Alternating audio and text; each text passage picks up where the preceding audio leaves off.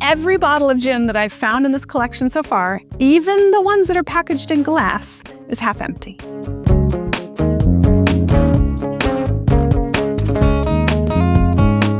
Hello and welcome to My Tiny Bottles, the project where I'm exploring my grandmother's legacy of miniature liquor bottles, one tiny bottle at a time. I'm your host, Tammy Coxon, and now we have another reveal video. I'm going to dive into coming to the end of my grandmother's collection of miniature bottles, pick out a few more that I'm going to go off and research and explore. So, a very full box of things to choose from, and I'm just going to reach in without looking to see what I've got. Fascinating. Crème de Grand Marnier. So it's in that sort of traditional classic Grand Marnier bottle. I guess actually in my research for one of the other cream liqueurs that has come up in Grandma's collection, I have come across mention of a Grand Marnier cream liqueur.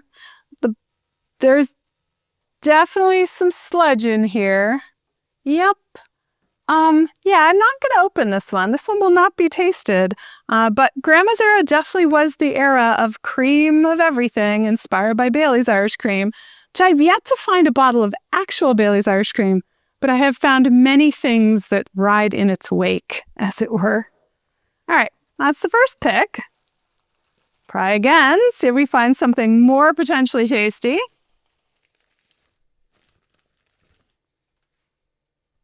Midori. So this is not something that I tend to keep around.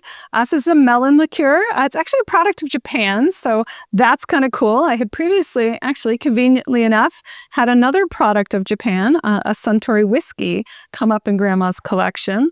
This one is a little more less sweet and fruity than that one. You know, I started researching Japanese spirits and cocktails for a class that I was going to develop, and I tested a bunch of Midori sours. They're actually kind of tasty. So this will be a fun one to research, and it looks in pretty good shape. Nice glass bottle. Color doesn't look too artificial, so we'll see how that one comes out. Lots of glass in here. I like this. No plastic. All right, more brandy.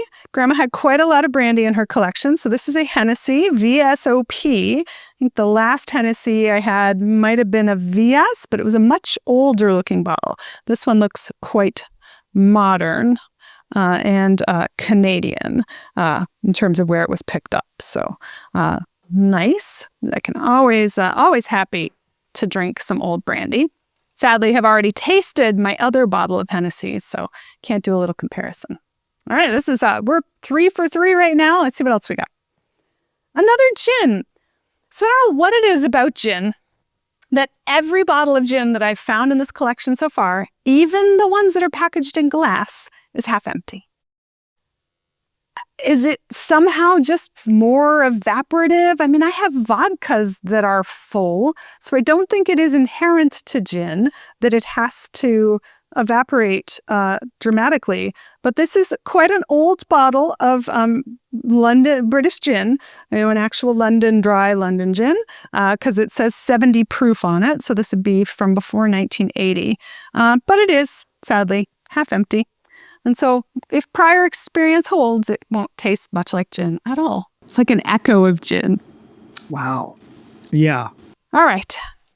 Let's try for one more. Let's feel around, see what the shapes are. Oh, no, that one's plastic. I'm just going to avoid that. We're going to have an all glass day today. It's going to be great. So this one I think actually is plastic. Fail.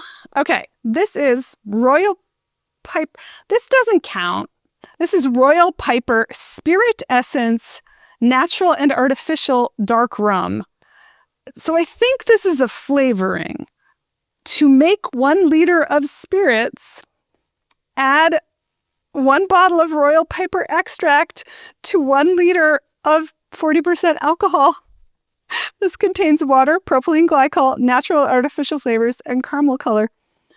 So this will actually be really fun because there is a whole history of things like this being sold, especially during U.S. Prohibition. You can imagine ways to make booze when you could only get the base material and none of the things you would want to flavor it. So that's going to be Royal Piper. And I think since I just said I got an episode to talk about stuff with this one, I can't rightly choose a 6 bottle. So I am going to say that these are my 5 bottles for this episode. So if you want to hear all about History Midori, pretty cool. Boost Gin, this will be a fun gin to research, even if it's not going to be fun to taste.